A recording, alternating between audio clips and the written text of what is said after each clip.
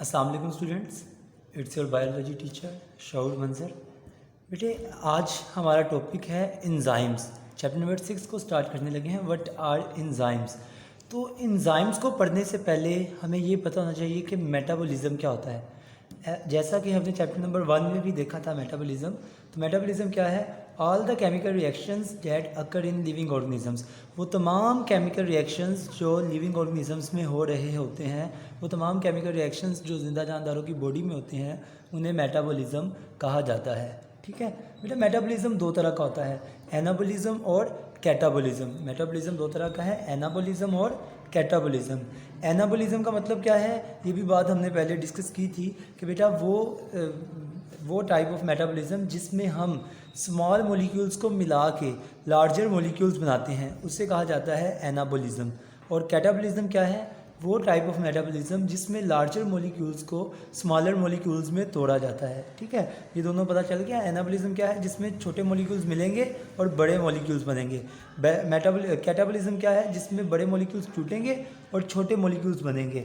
बेटे, एनाबॉलिज्म में जब बड़े मॉलिक्यूल्स बनते हैं छोटे मॉलिक्यूल्स को मिला के, तो इसमें एनर्जी इस्तेमाल होती है, जबकि कैटाबॉलिज्म में जब बड़े मॉलिक्यूल्स टूटते हैं तो एनर्जी रिलीज़ होती है। अगर आप मिसालें देखें तो एनाबॉलिज्म की एग्जांपल है फोटोसिंथेसिस।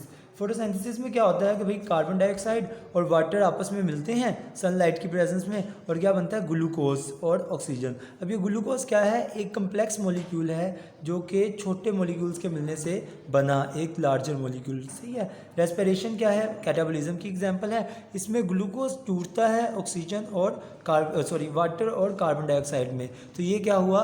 कैटाबॉलिज्म। ठीक है बेटा, अब बात करते हैं एंजाइम्स की। ये जितने भी केमिकल रिएक्शंस होते हैं, जैसे केमिस्ट्री में भी हम केमिकल रिएक्शंस पढ़ते हैं, तो उनको स्पीड अप करने के लिए, उनको तेज़ करने के लिए कोई ना कोई कैटलिस्ट मौजूद होते हैं। सही है ना। रिएक्शंस को जो स्पीड अप करते हैं, जो प्रोसीड करवाते हैं रिएक्शंस को, उन्हें कहते हैं कैटलिस्ट। अब एंजाइम्स क्या हैं?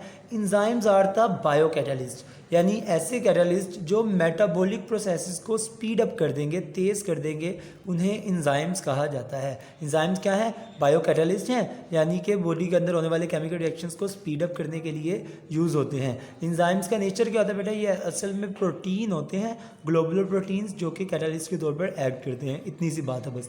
अब बेटा, एंजाइम्स जिन मॉलिक्यूल्स के साथ मिलकर रिएक्शन करवाते हैं, जिन मॉलिक्यूल्स के साथ एंजाइम अटैच होते हैं, उन्हें कहा जाता है सबस्ट्रेट।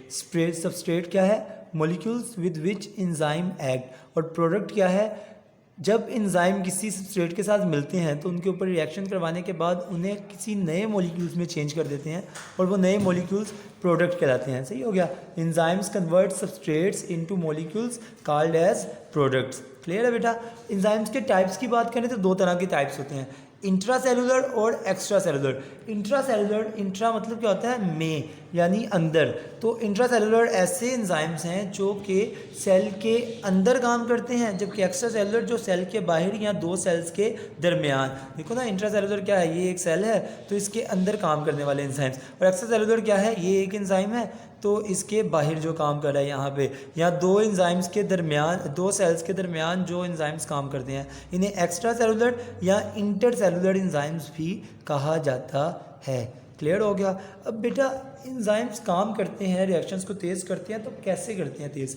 बेटा, ये क्या करते हैं एंजाइम्स ना, किसी भी रिएक्शन की एक्टिवेशन एनर्जी को कम करके रिएक्शन को तेज़ करवा देते हैं। अब हमें पता होना चाहिए कि एक्टिवेशन एनर्जी क्या होता है।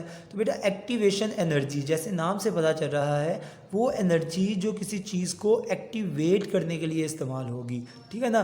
वो एनर्जी जो किसी रिएक्शन को स्टार्ट करने के लिए, बिगिन करने के लिए, प्रोसीड करने के लिए इस्तेमाल हो, एक्टिवेशन एनर्जी कहलाती है।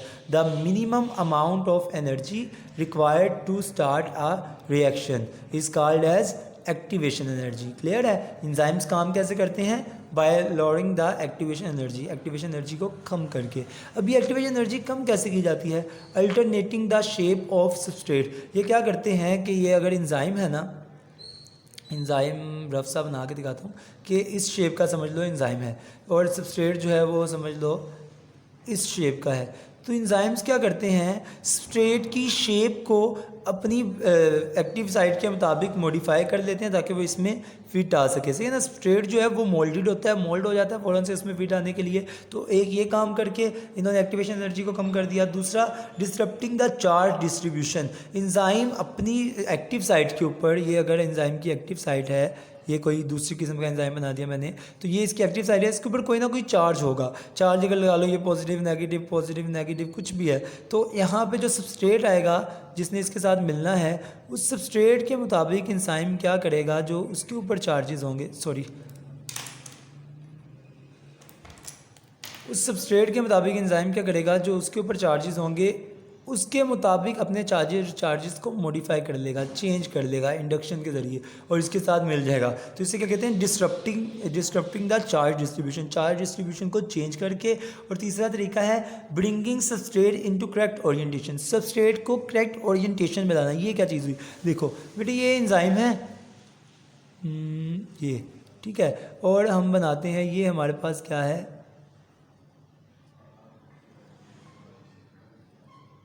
ये हमारे पास आ गया सबस्ट्रेट। अब ये एंजाइम और सबस्ट्रेट ऐसे फिट नहीं हो सकते, ये सबस्ट्रेट है, ये एंजाइम है, इस ओरिएंटेशन में ये फिक्स नहीं हो सकती। ओरिएंटेशन का चेंज करना मतलब क्या है कि उसका रुख बदल देना, उसका साइड बदल देना, ताकि वो इसमें फिट आ सके। इन 3 तरीक़ों से एंजाइम्स एक्टिवेशन एनर्जी को कम कर सकते हैं। बेटे आपने अपनी वर्कशीट से इसके मतलब जो क्वेश्चंस हैं, आंसर्स हैं, वो अच्छे से याद कर लेने और उन्हें नोटबुक पे लिखना लाजमी है। डेली का काम डेली करेंगे तो आसानी रहेगी, वरना मुश्किल होगी। सारा काम मैंने चेक करना है, कोई मसला नहीं होना चाहिए। हर टॉपिक रोज़ का रोज़ लिखना है याद करके। ठीक है, अल्लाह हाफिज़।